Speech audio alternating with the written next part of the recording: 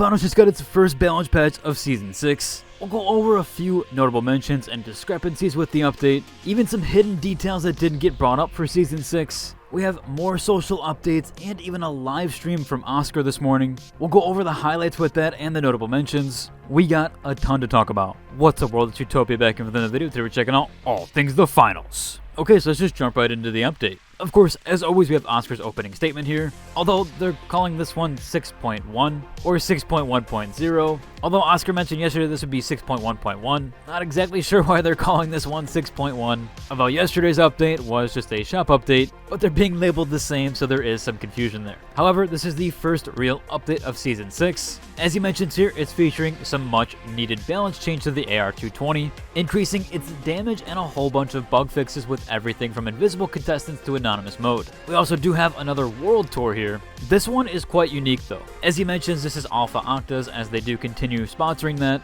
There's going to be a new risk reward. So during this week, players will earn variable cash per elimination based on the weapon or method used. The true and tested AKM will only award 200 per elimination, while something like the Spear will grant 1,000 per. This is going to kind of change up the meta, at least with World Tour. I think it's kind of cool and fun there. There's also a thread right now if you want to see what weapons did change, as every single weapon, every single equipment, gadget, all has its cost or what it's going to grant you per elimination. I don't have everything unlocked, so I can't see it in total. But there are a few people in this thread right now pointing out that they have every single weapon, but they haven't checked the gadgets yet. So you can go ahead, go through here, check what each weapon is. Hopefully someone does put through a tier list or a list of everything. When that's updated, or if I can get that updated, I will update you guys eventually. But again, if you want to check those out, people are posting those for each, and that is over on this thread. Moving on though, we do have that update 6.1 or 6.1.1, which does have some notable mentions here in the opener. There's one thing here that says the CB01 and the M134 minigun has plenty of mixed opinions, but that the data shows they're landing squarely in the middle for right now.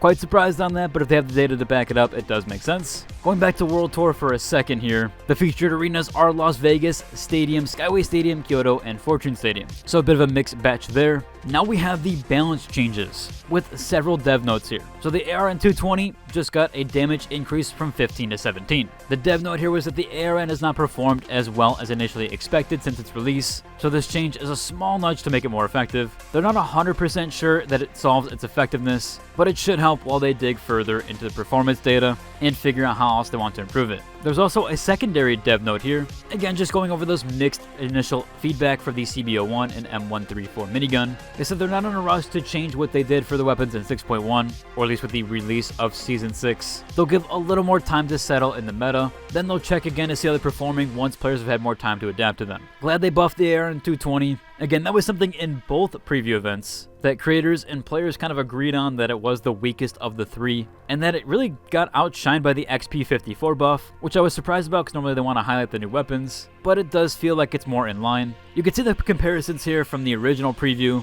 where I did take footage of that on a target dummy, as well as now what it is both for body shots and headshots. So obviously a bit faster TTK there. There's also actually one more notable mention with the ARN-220. There was a thread here that pointed to this, but the ARN has at least 3 different recoil patterns that change depending on your reload. I did check this, and yeah, the ARN-220 somehow has 3 different recoil patterns, depending on if you reload during the second clip, the first clip, or at the very end, if you again expend all that ammo. Very odd there, this is the only weapon that has it right now. I was only able to get 2 patterns, as this comment points out, as the third recoil pattern didn't really exist. It was just based on if you did redraw or reshoot, and apparently it's actually identical or nearly identical to the XP54 recoil pattern. So a bit of a change there. Seems like 2 different recoil patterns with this. Is a bit odd, but maybe that's what they're going for. Again, we're not for sure if that's a bug or if it's just inconsistency with the weapon. I'll have to wait and see if it was intentional for that, but it is a bit odd to have 2 recoil patterns on a single weapon, especially players that want to be more competitive there and try to learn the recoil patterns. Gonna be a bit difficult for that. Next up here, we do have the bug portion of the patch notes. There was character customization issues with invisibility bugs, outfit deletion bugs. They even resolved an outfit duplication issue,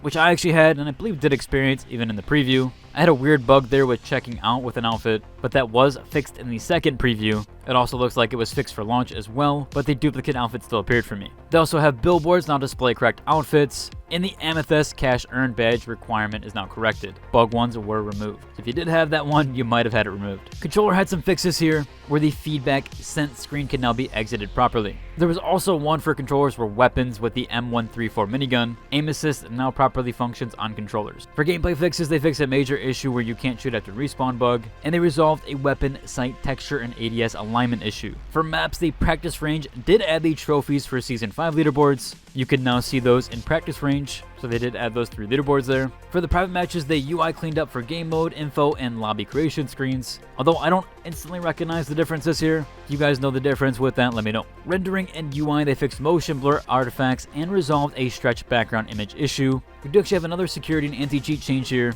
where there is a new hardware tester. So if you're having some hardware issues, a lot of people have had some crashes with certain hardware, they actually have a tester for that. This is a program called Prime 95. I don't know much about this program, I've never used it or even heard of it, but it seems fairly legit, and it's just to test your hardware. This is to run and make sure or find any issues with system crashes or errors during the test. Now if you did encounter any issues, they also have another page here called Stress Test Failed, where if Prime 95 did flag your system as unreadable, then you will have to go through several fixes here and attempt so. Updating your BIOS, disabling an overclock, run memory tests, or even return your CPU, which is quite a funny one as it does point out Intel 13th and 14th gen. If you know anything about those, they've actually had permanent damage that can happen to those CPUs. That is on Intel entirely. There was some stuff with certain motherboards that were causing that. Again, nothing to do with the finals there, that was literally just on Intel, and the reason why a lot of people were switching to AMD CPUs. But yeah, as they say here, more than likely your processor did experience permanent damage, so you would have to contact Intel about that.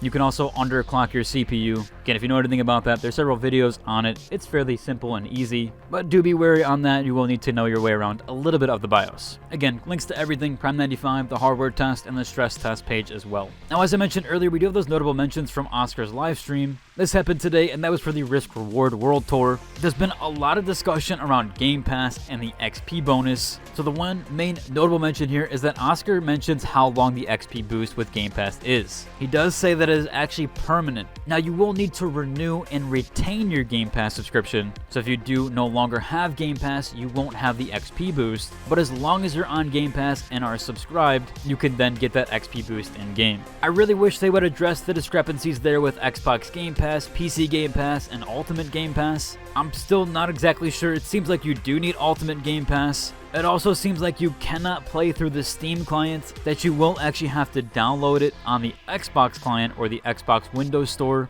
or Microsoft Store, and then you'll have to play through your Xbox Game Pass login. Really not a big fan of that. I hope that they can address that and make it so that you can just link to your Steam account, as you'd have to uninstall and then re-download that version. It also seems like DLSS 4 is not working. A notable mention there is that yes, Finals did get a DLSS 4 override, so technically the official update to DLSS 4, but not really unofficial. But you can select DLSS 4 in the NVIDIA app now. You can also do the new custom feature if you are on the latest version of NVIDIA app. So if you didn't know, basically DLSS runs your game at 67% resolution scale. That's if you do click the quality section. They go all the way down, I believe, to like 33%. However, they added a new custom option, so you can scale this a bit higher. I've heard people at like the 70-ish range have really good results with that. That way you don't have to use a DLAA, which can be quite taxing as you'll still run at 100% and also using upscale tech. But pretty cool here that you can set that resolution and maybe set your percentage. I might toy around with it eventually. Jumping back to the Game Pass thing, I know we're bouncing around a little bit,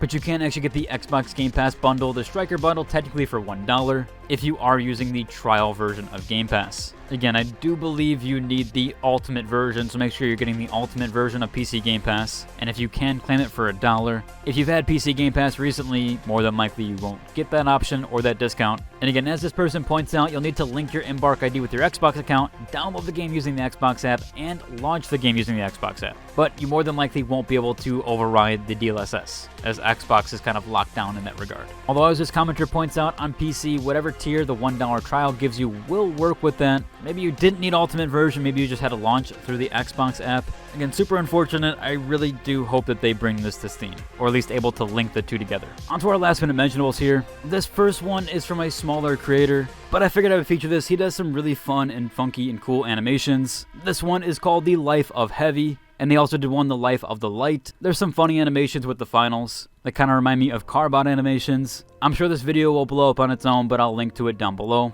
as they are much smaller creators, so I do recommend checking them out. For the other last minute mentionables regarding my community, we do have those from the Star Models page, where we have this first one from Dread, who is calling this one Code Red. Fits the name very well, but he has some really cool aesthetic with this one. Everything mirrors super well with all this. Almost looks like they sold this one directly in the shop. Did a really well job customizing that and putting that one together. Next up here we have one from Excuse Me. He's actually a fellow content creator for the finals, or has in the past at least. He has this one that's kind of funny here, where he says, check out my new skin, but it's just that recent M11 skin that's kind of showcasing S's person. It's a little bit funny there. I figured I would feature it as it did make it to the Star Models page. Overall though, it should about cover for today's video. Like, subscribe. Until the next one. Deuce.